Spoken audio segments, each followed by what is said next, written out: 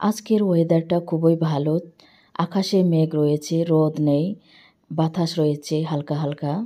Hello everyone, কেমন আছেন সবাই? আশা করি সবাই ভালো আছেন। চলে এসেছি আমি বাড়িতে আসার কারণ রয়েছে, বিশেষ একটা কাজের জন্য এসেছি। বাড়ি আছে কিন্তু আমরা কেউ থাকি না। ছেলের পড়াশোনা সূত্রে আমাকেও থাকতে হয় অন্যের ভাড়া বাড়িতে। হাজবেন্ডও রয়েছে প্রবাসে, শুধু আমরা মা ছেলে রয়েছি। বাড়িটা দেখলে অনেক বেশি কান্না আসে আমার, কারণ বাড়িটা একদমই মনে হয় প্রাণহীন, কেউ থাকে না। প্রবাস থেকে যখন হাজবেন্ড আসে তখন আমরা একসাথে এই বাড়িতেই সময় কাটাই। তখন মনে হয় যেন বাড়িটা প্রাণ ফিরে পেয়েছে।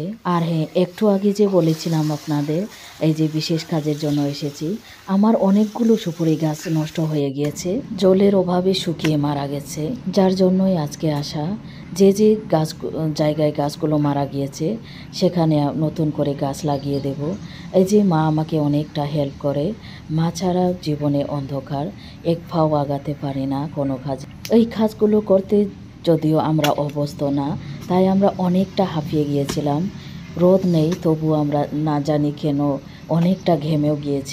আমাদের বাড়ি থেকে যেহেতু জমি অনেকটা দূরে, ছেলেটাও ওই যে ঠেলা টানতে টানতে ও হাঁপিয়ে গিয়েছে।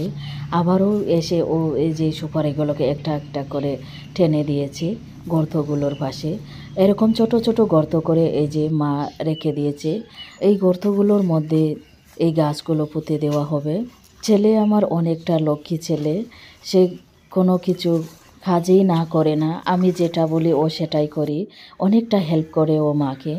এই তো এখানে আমিও চেষ্টা করেছিলাম কিছুটা হেল্প করতে। সবাই মিলে হাতে হাতে আমরা কাজগুলো করছি যাতে হালকা হয়। একটা সুপারি গাছ টানতেই আমি তো হাঁপিয়ে গিয়েছি।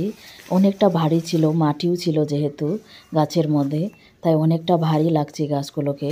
সত্যি আমার তো ভীষণ কষ্ট হয়েছিল কাজগুলো করতে, কিন্তু কিছু করার নেই, করতেই হবে। এখন যদি এই কাজগুলো না করি তবে 1 বছর অপেক্ষা করতে হবে, কারণ সিজন ছাড়া এই গাছগুলো লাগানো অসম্ভব। এখন সিজন হয়েছে এই গাছ লাগানো, এখন এই কাজগুলো করে নিতে হবে।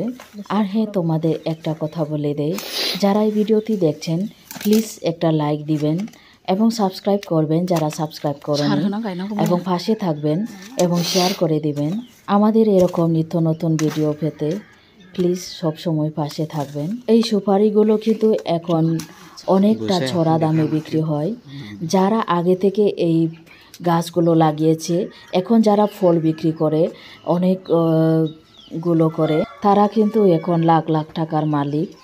তাই আমিও চেষ্টা করেছি এই গাছগুলো লাগানোর, যাতে বৃদ্ধ বয়সে আমরা এই ফলগুলো বিক্রি করে আমরা বসে বসে খেতে পারি, যদি ঈশ্বর বাঁচিয়ে রাখে আর কি। এই গাছগুলো লাগানোর পরে কিন্তু অনেক বছর অপেক্ষা করতে হয়, যেমন মিনিমাম 5 থেকে 6 বছর, বা এর বেশিও লাগতে পারে, 6 বছর বা 60 বছর।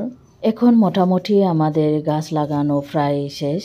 এই যে এইদিকে যে দেখতে পাচ্ছেন এগুলা সব লাগিয়েছি। এই যে একটু আগে যে বলেছিলাম আপনাদের, আমি অনেকটা ঘেমে গিয়েছি এবং হাঁপিয়েও গিয়েছি। এই যে আমার মুখ চোখ দেখেই আপনারা বুঝতে পারছেন আমি কতটা ঘেমে গিয়েছি।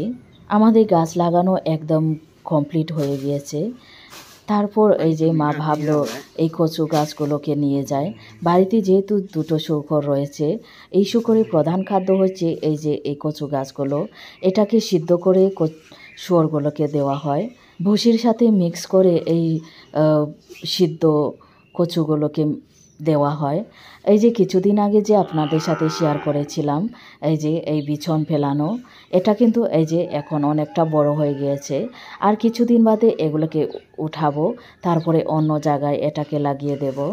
এখন চলে এসেছি বাড়িতে, ছাদে উঠলাম অনেক দিন পরে। এই যে আমগুলো পুরো পেকে গিয়েছে, খাওয়ার লোক নেই, তাই তো মা ছেলে ছাদে উঠে এই যে আম পাড়ার চেষ্টা করেছি।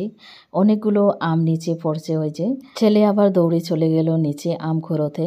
আমগুলো কিন্তু খুবই মিষ্টি। নিজ বাড়িতে লাগানো গাছের আমের ফল সত্যি খাওয়ার মজাই আলাদা।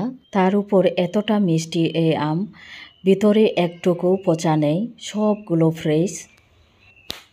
চলুন তাহলে তোমাদের সাথে কতগুলো আম আমরা কুড়িয়ে নিয়েছি, পেরে নিলাম, এই তোমাদের সাথে শেয়ার করি। এই যে এতগুলো আম আমরা পেয়েছি। তাহলে আজকের মতো এখানে বিদায় নিচ্ছি।